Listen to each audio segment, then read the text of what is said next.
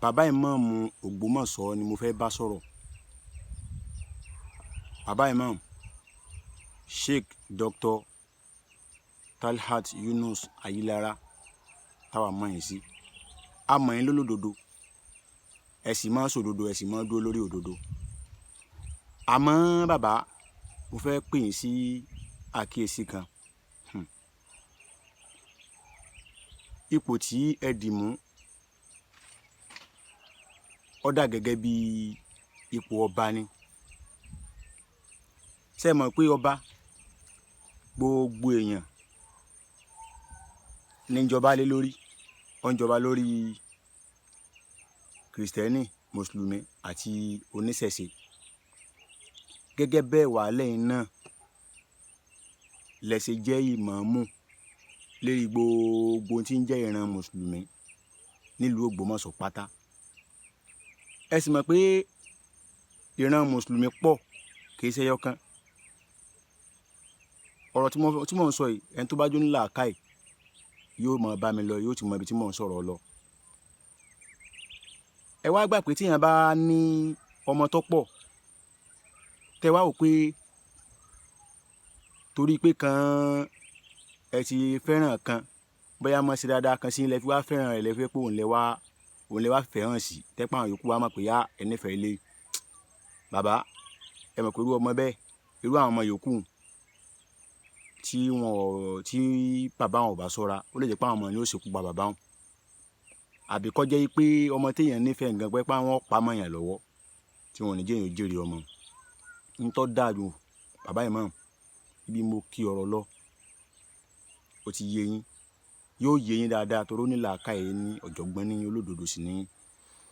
Ìran Islam pọ̀ o, alùsùnà wà tó náà póríṣiríṣi, alùtọ̀ríkọ̀ wà tó náà póríṣiríṣi tó lọ jàrá ìran Islam sápọ̀. Ṣùgbọ́n bí ìran Islam ṣe wá pọ̀ ẹ̀ gbogbo wọn lẹ jẹ́ mọ́ọ̀mù lé lórí. Ṣé wá rí gbogbo ìran Islam pátá lẹ́wà kó sódì lẹ́ẹ̀kọ́ mọ́ra nínú wáàsí yín, ẹ̀ẹ̀kọ́ wọn mọ́ra nínú gbogbo nǹkan lẹ́ẹ̀sì kó wọn mọ́ra tí wọ́n fi mọ̀ pé kì í ṣe pé ibì kan lẹ ẹ fi sí, kì í pé ẹ rólé apá kan ẹ dápá kan sí. Bàbá, ètò tó wá sí kejì ẹ̀ náà lẹ́nu Ànábì sallallahu alaihi wasallam ó ní ká pèpè pẹ̀lú ọgbọ́n àti làákàyè. Wallahi tallahi thumma billahi gbogbo lẹ́kṣọ̀ yín kò sẹ́ni tí yóò mọ̀ pé òdodo ni. Àmọ́ ẹ dákun, Ànábì sallallahu alaihi wasallam olódodo ni, ó sì sọ òdodo, ṣùgbọ́n ó fi ọgbọ́n sọ òdodo rẹ̀ débi pé wọ́n gbọ́ yé. Ẹ rántí pé kì í ṣe kan náà ni wọ́n gbọ́ Ànábì sallallahu alaihi wasallam yé o, kò sí fọwọ́ tó lè mú wọn ní wọ́n fi ráàyè gbọ́ yé. Bàbá ìmáàmù, àwọn wáàsí yín tẹ́ ẹ máa ṣe, ojú tèmi bá fi wò kọlẹ̀ lómi ò fi wò ó, etí tèmi bá fi gbọ́ kọlẹ̀ lómi ò fi gbọ́, bí mi ò ṣe digest ẹ̀ kọlẹ̀ lómi ò ṣe digest ẹ̀. Tó bá kọjú tó dáa sí mi yóò kọjú burú sẹ́lòmíì, ẹni tó bá kọjú burú sí ọ wá lè jẹ́ pé ibi ó kọjú burú sí hùn kó jẹ́ pé adẹ́tẹ̀ ní bẹ́ńbẹ́ tí ò lè fún wàrà tó sì lè dá wàrà nù. Bàbá ìmáàmù, ẹ̀yin tẹ́ ń sọ tí ń yé yín o.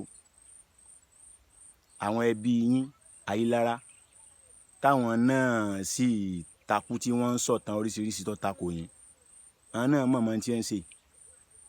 Bẹ́ẹ̀ bàbá wa ọba Ghandi Ṣọ̀ún tu ìlú Ògbómọ̀ṣọ́, bàbá ní ìmọ̀ sómùgọ̀ kéèyàn tó gba oyè kọ́kàwé gboyè kó tún lọ sílùú ọba kó tún wá dé kó tó wá jọba, ó ń làákàyè ló náà o. Ṣùgbọ́n bàbá ìmáàmù, ẹnu orí ẹ̀ bá kún ní ọmọ bí ó ṣe fa o. Ẹnu orí ẹ̀ bá kún tí ọba wá rí gẹ̀rígẹ̀rí ìyẹn bàbá tí ó bá gẹ̀ tí ó sì rẹ́ níyàn kan bá gẹrun rẹ̀ ọ̀rọ̀ ẹ ṣe kínní ọ̀rọ̀ rẹ̀ gbọ́gbọ́n bí ó ṣe lo abẹ torí tí ó bá ṣọ́ra yóò fà abẹ bára rẹ̀ lórí o. bàbá imam ibi ọ̀rọ̀ kù sí ẹ mọ ibi tọ́rọ̀ ti wọ́ wá ọ̀rọ̀ nípa tí ń lọ lọ́wọ́ nílùú Ògbómọ̀ṣọ́ mọ̀ sọ̀rọ̀ bá ẹ mọ ibi tọ́rọ̀ ti wọ́ wá ẹ̀yin náà sì mọ ibi tẹ́ ẹ ṣiṣẹ́ sí ẹ mọ ibi tẹ́ ẹ lè tẹ̀ sí ẹ mọ àwọn tẹ́ ẹ lè jọ sọ̀rọ̀ ẹ mọ àwọn tẹ́ ẹ bá sọ̀rọ̀ ẹ mọ ibi tẹ́ ẹ rìn sí ẹ mọ irú àtúnṣe tẹ́ ẹ ṣe òkun èho ruru káwa ruru o pẹ̀lẹ́ láàsì fi pàǹkúrú pẹ̀lẹ́ ẹ dákun bàbá ìmáàmù ẹ lọ ṣe àtúnṣe ẹ mọ̀ sí ọ̀rọ̀ mi gbọ́ o n sọ pé ẹ sí lórí òdodo ṣùgbọ́n ẹ dákun láti inú ilé Ayílára tó fi dé ààfin bó fi dé gbogbo tó fi dé gbónú ẹlẹ́sìn mùsùlùmí pátápátá káfàtà nínú ìlú Ògbómọ̀ṣọ́ àtàgbègbè rẹ̀ tán náà ń yé sí ọ̀rọ̀ yìí bàbá ìmáàmù ẹ dákun ẹ bá ní gbé ìgbésẹ̀ ẹ ṣàtúnṣe kálàáfíà ò lè fìdí jókòó nílùú Ògbómọ̀ṣọ́ láàrin mùsùlùmí àtààfin ọba àtàwọn èèyàn àti gbogbo èèyàn pátápátá nílùú Ògbómọ̀ṣọ́ bó ṣe wà gẹ́gẹ́ bó ṣe wà tẹ́lẹ̀ àbí Ọlọ́run bá nú àánú rẹ̀ kò ní sọ yín ló kọ burú o pẹ̀lú ògo lọ́wọ́ Ọlọ́run ọba tó yàn yín gẹ́gẹ́ bí ìmáàmù fún gbogbo mùsùlùmí Ògbómọ̀ṣọ́ kò ní yẹ̀ yín sá o ṣùgbọ́n bàbá ẹ lọ ṣe àtúnṣe o ẹ má gba ìmọ̀ràn ká o Ànábì sallallahu alayhi wa sallam ọgbọ́n sùúrù pẹ̀lẹ́ àti àtúnṣe ló fi gbá Mọ́kà o ẹ sì rántí pé kó tó gbà ó là lóògùn ó sì gbìyànjú ó sì kún fún bẹ́ẹ̀ lọ́hùn